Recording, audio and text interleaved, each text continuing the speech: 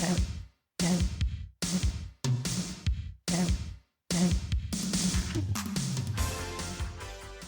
happy holidays and welcome to Middle School Mary Poppins. I am Suzanne M. Swain, EDS, LMSW, and I am your friendly neighborhood kid therapist that works in the schools. So today's topic we're going to talk about is a homophone, presents versus presents. Presents, which means gifts, or presence, Presence, which means time and attention. Both are gifts. Both are homophones. But we're going to talk about how you can make more quality time to be your Christmas this year or holiday. So we want to basically just try to remember that we have an opportunity through the holidays to teach gratitude and empathy and perspective. You know, to kids, you could try the 1-to-1 ratio where for every toy that they receive, they give one away. For older kids, you can do 1-to-2.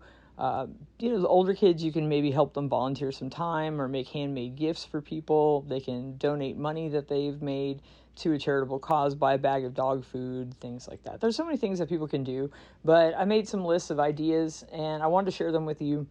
But the first thing I want to share with you is first a hello from Lieutenant Steve, because he's laying right next to me and he's got his chin up on this pillow. And so he says hi. He's doing great. And he's going to be a nurse really soon. Folks, on the day that you get this podcast will be the day that I'm going to turn into a cyborg. Yeah, I said it, a cyborg. They're going to give me a left knee replacement, and I'm going to get a 3D printed knee. But wait, there's more. The surgery is going to be done via robot. Cool. So excited. So I am feeling a lot of eustress about that. I'm so excited. I think it's going to be really cool. I have questions. Do I get to pick the color? Can I have a copy? Come on, let's go. So, but it'll be the day that this podcast comes out. So I really appreciate any positive thoughts that you have, and sure do appreciate it. If you'd like to visit over to the site, msmarypoppins.com. I do have a GoFundMe page. It's sort of like my little tip jar. If you have the means to help donate to this I don't put any advertising or anything on this podcast. I try to keep it as honest as possible. But if you have the means and you feel like you'd like to donate, I'm trying to keep it like PBS, where, you just donate according to what you feel that you may be able to do. So that's fine. Mostly I'm here just about talking about the holidays and presents versus presents, but the idea of really building on gratitude and empathy and the perspectives from adults to children. So kids can really do a lot during the holiday season, and it also helps people to stay busy, but in a positive way. And that has so many psychological benefits. It reduces entitlement, which can be a really big thing, because kids these days, they have no concept of what anything costs. Kids, you're not probably getting the Xbox or whatever video game thing that's like $500 for the holidays. If you do, I sincerely hope you write a thank you card to everyone that may have contributed to that thing, because those are really expensive. So maybe just like I'd love the adults to do more things with presents or being present, just like you could as well. Why don't you donate cleaning time? How about make a coupon for mowing the lawn if that's something that you do? Consider your love languages, and that, material things don't really matter that much. If you have a video game system that's perfectly fine, just keep it. Save people money. Maybe that's the gift you're giving them, is to not have to worry about paying for things like that. So it reduces their entitlement and increases overall happiness, because they feel like they've done something that really makes a difference. My 8th graders were so charitable. We read Diary of Anne Frank, and we built a butterfly garden to represent the children. And they are so helpful. And it was stressful, but that was eustress. So that was some good stress. And this time of year, we have oh my gosh, so much eustress. Like, you're in a great mood, the lights, it's so twinkly, and everybody's, in their cute little sweaters and everything, and you want something nice, warm, coffee or what have you. tea, whatever you drink. And it's just kind of a magical time of year where I feel like people are a little kinder and people are more willing to spend time with others. So, I have eustress. So eustress is basically, positive stress that motivates and energizes us. I always think of eustress as sort of like when joy and anger have a ball that mixes, but not entirely, so it's sort of swirly. So it's the opposite of distress, of course, and that's kind of that negative, overwhelming stress that people feel. So, like so some examples of eustress in kids. So, like excitement for planning a gift for someone special, or creative challenge of making ornaments or making a decoration, or they're getting excited about a family tradition, grandma's apple pie, or maybe learning a new skill like baking cookies with gran or grandpa. There's always options. So, but eustress for adults, some good stress type of things. I hope y'all feel me here. So let me know, Suzanne Swain at gmail.com. You feel me.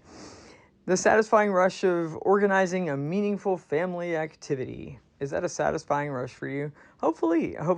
But you can plan charitable activities. You can, create special memories, come up with something on your own that is a tradition that you'd like to try.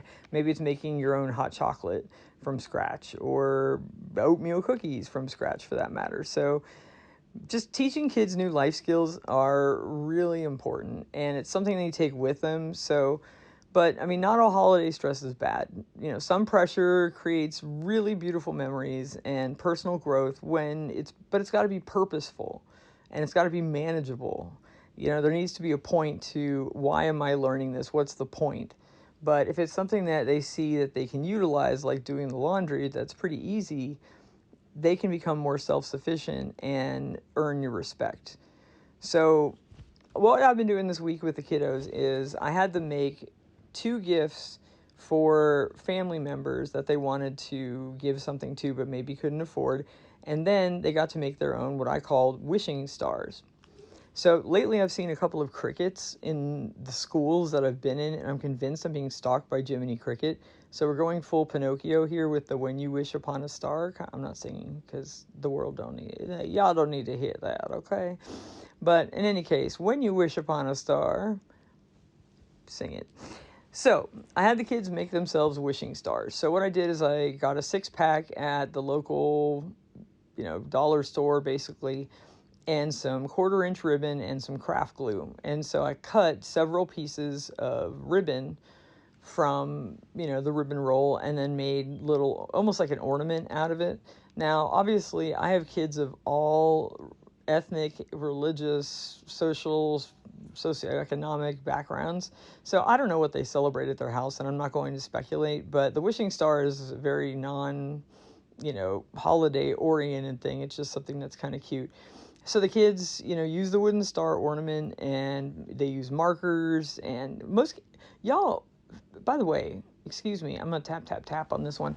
Do you know how many kids I had to give markers to this week? Because they didn't have any markers at home. Come on now. Also, they were very impressed by having the paintbrush markers as well as the chisel chip, 2-sided type.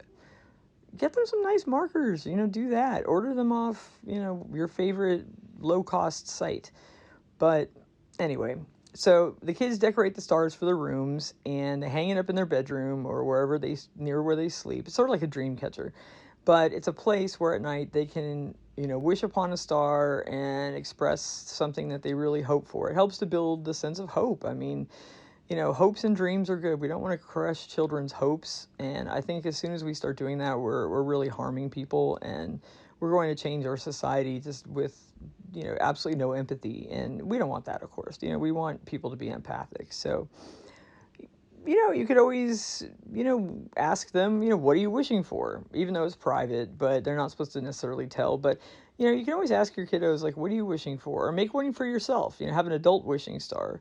Make both of you make one, all of you make one. But what kind of good things are worth wishing for? So there's that. The other craft that they were making were these love heart ornaments. So I found these heart-shaped wooden block kind of things, and once again put ribbon on the back and glued it and turned them into ornaments. So This case, it was a little bit more Christmas oriented, but it's really something you could just hang anywhere. So they were able to take markers, but I had them with a permanent marker write the name of someone that they truly love that they don't have an opportunity to say I love you to enough. So something where they could keep it. So on the back, I had them write their name and 2025, so that way they could remember it and whatnot. But the kids had a ball coloring these. It was like, I want to make one for me, Mom. I want to make one. The grannies are winning this week. I mean, everybody wanted to make something for Grandma. So it's Granny Week. Go Granny. Get it, girl. So thank you for your service, Grandmas. So they just personalized the heart, basically. Some of them did it for teachers. Some did it for their siblings, which I thought was kind of cool. One did it for someone in the community that they admire. So you can ask them, why'd you choose why'd you choose this person? What makes them interesting? Why why haven't you been able to say I love you as much as you'd like? So, and usually there's a pretty good reason for that, and that can be a good conversation starter. And besides, it's low cost, it's high impact. It combines creativity with emotions, and you get a tangible reminder of love and connection, and it could even become kind of an annual tradition. So you could do that. So many ideas. So one of the things that y'all can do is maybe, start an animal shelter food drive or something. You can collect and donate, bags of food, or research, what then have the kids do the research and make phone calls, because they need to learn how to do that, kids. I see you. So you need to start making phone calls. So have them call the animal shelter and ask for a wish list. Maybe it can get emailed or something like that. You can always drop off donations at the animal shelter or local animal rights group, something like that. You can do that. You can help work at a soup kitchen. There are maybe some age requirements on that. You just want to check with them. But even if kids can't serve, they can help, set tables and things like that.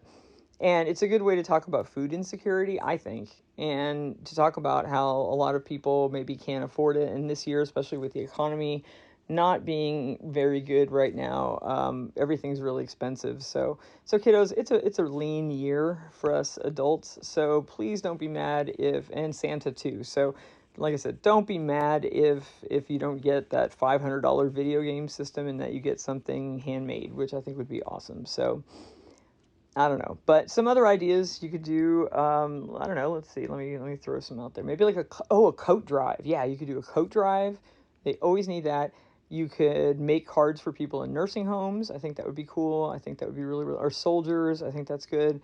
You can bake some cookies for like the firefighters. How about that? Or the police, or something like that. Or, local child services building to the social workers. You can collect books to give to schools or anything like that. We can always use more books for people's classrooms. You could do some, like, say there's a lot of snow outside and you could shovel snow. Like, find someone who maybe is elderly in the neighborhood and see if, just say, hey, can I shovel your walkway for you? Because that's a lot of work for, an older person and they could get hurt. So, just kindness. Let's show kindness again. Let's make empathy cool again. I think that's really important. So it makes it meaningful for the kids, and it makes long-term memories that are happy memories. And even if they're eustress, so like a swirly yellow-red ball, that's also competition. It makes you want to have fun and be competitive and all that kind of stuff. But in any case, I mean, the holiday season is about making it meaningful, and you can help kids, because the first thing I would do is let them have choices. You need to explain about the benefits and why it matters, things like that. Discuss, what it's like to give and how does it make them feel, and things that they can do with that. But then, to sit down and have a family meeting, you could do like a 1 to 3 savings rule. So you can do that. I get one thing, I give away 3 things. So you can, maybe you can even like put out a jar that says like save, spend, and share if they get money or something like that. But just set the goals to be more age appropriate to your kiddo. So they may want to save for something special, college fund, or helping others for a car someday, or I don't know, whatever. But you can always go back to the money management episode and listen to that, and that may be of some help to you. So the main thing is just having some financial literacy options. People need to learn about money from other people. So the holidays and holiday money is a teaching opportunity, not really just spending money. So the real gifts kids want is presence over presence with the TS. They don't really care so much about the gifts unless it's like some high-end video game. But I made a list of some things that the kids are asking for. So here's my list. Okay, it says uninterrupted time with my family.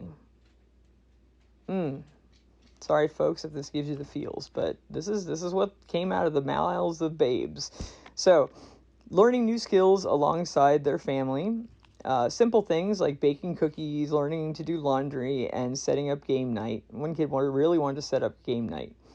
Help them to feel more helpful, more capable, more intelligent, have more responsibility, and they just want to make some positive memories. And I'm absolutely certain that my Ridiculous Joy episode, it inspired me to make more memories and more happy memories, to blot out some of the negative stuff that's happened to me.